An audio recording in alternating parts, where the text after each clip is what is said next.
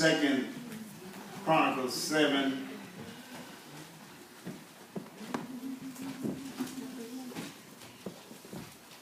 Verse 13 and 14.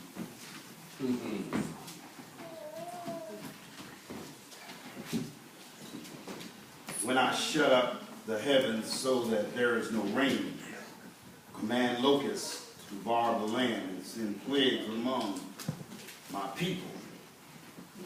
If my people who are called by my name, Yes, sir. will humble themselves, pray, Yeah. and seek my face, That's it. and turn from their wicked ways, Yeah. then will I hear from heaven, forgive their sins, and will heal their land. Yeah. Yeah. Preach, son. Then will I hear from heaven, will forgive their sins, and heal their land. I come today with a sad emotion. Thank God for using me, but it saddened me to see the events of the past week that has occurred around us. Well. You're probably saying, Reverend, I don't know what you're talking about. Let me clue you in on something. 6 people shot, 2 killed in Louisville. A baby born without a mother and father because of violence. Well. Pastor Marvin Winan was getting gas in Detroit at daylight, and 4 young boys met him at his SUV to carjack him, beat him up, snatch his pants completely off of him, and his watch off his hand. 3 tried to send a bomb to set up and kill the president as he was meeting with other leaders in Chicago. The president's statement about gay marriages. A mother uses her son as a sacrifice that she can live, and the young 15-year-old died. Family refused to tell their children and their family members to get right. And everything you do ain't right.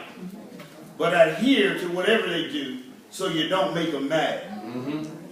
People sleeping on Sundays instead of coming to church to glorify God. People at car washes on Sunday instead of worshiping God. Yeah. While the church is going on, too, in the church, robbing the church in daylight, while church service is going on, I come to you disturbed, upset, and frustrated.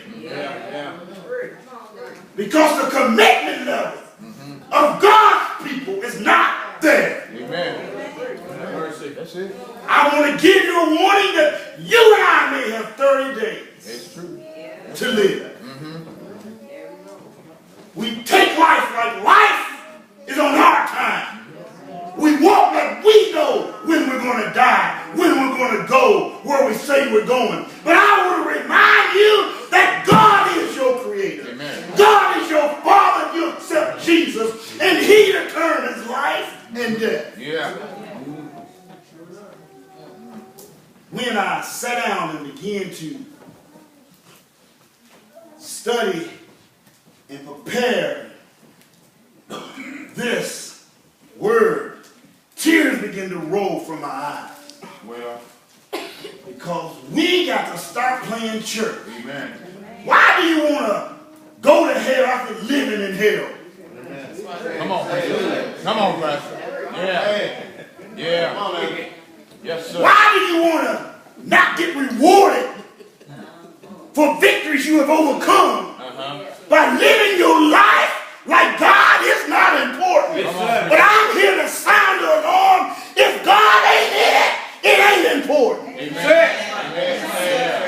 Yeah. Come on now. Come on now. Yeah. Just 2 days ago, I was taken back to the hospital. I was in a wreck last week that towed both cars, my Mercedes and the little car that hit me. And I walked away, and the next day I went with back injury, but went 2 days ago because my head was swelling on the left side.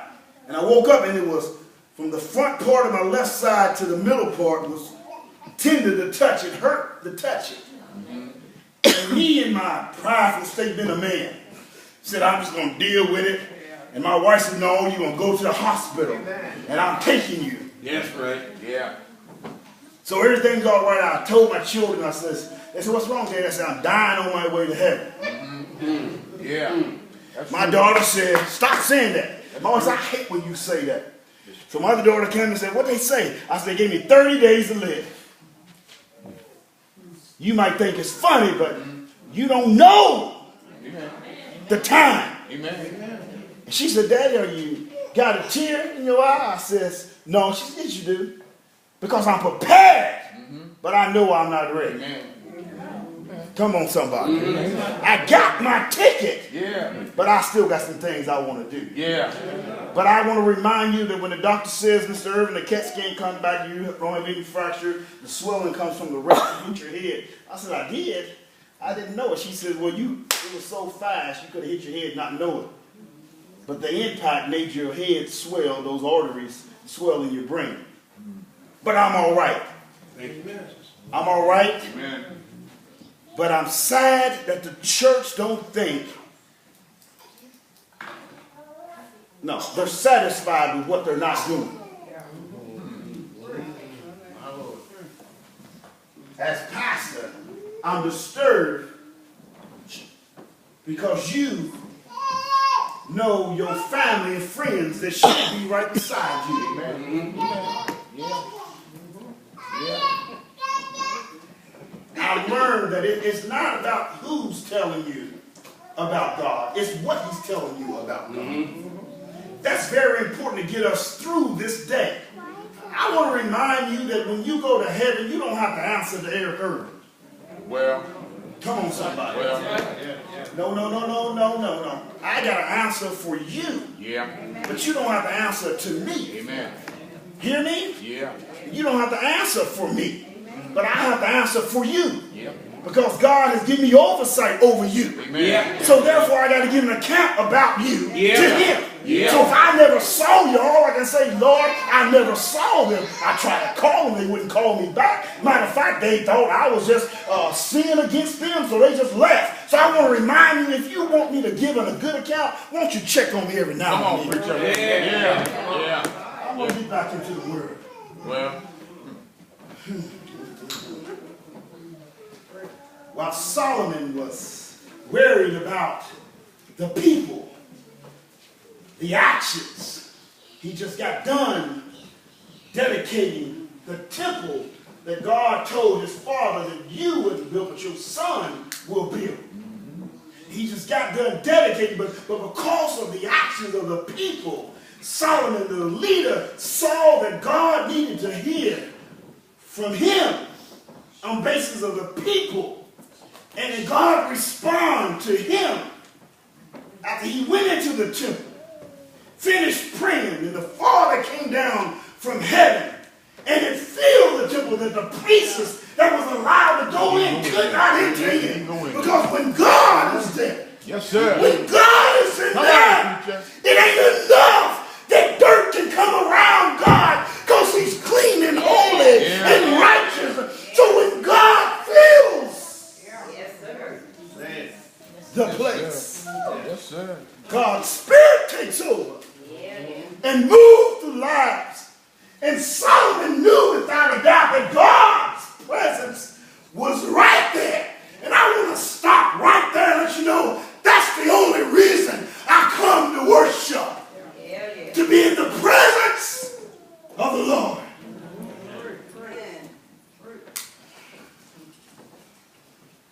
Priests could not come in and feed because the temple was filled.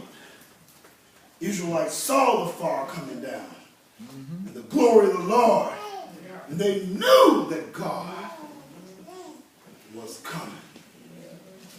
His presence was there. And I just want to ask you a question. Do you ever think that God is watching you in our daily actions, our behavior, our activities, and all that we do and say? Somebody. And if that was true, when's the last time you told somebody about Jesus? Well.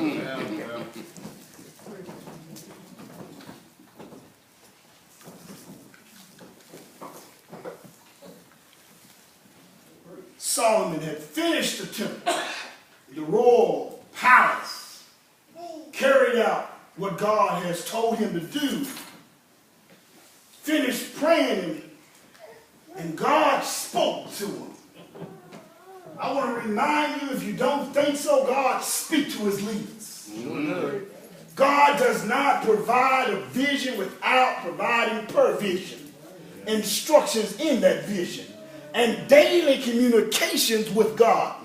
I want to remind you, when I sat down and began to write and tears began to roll out of my eyes, I thought about where we are and where we need to be and where we ain't.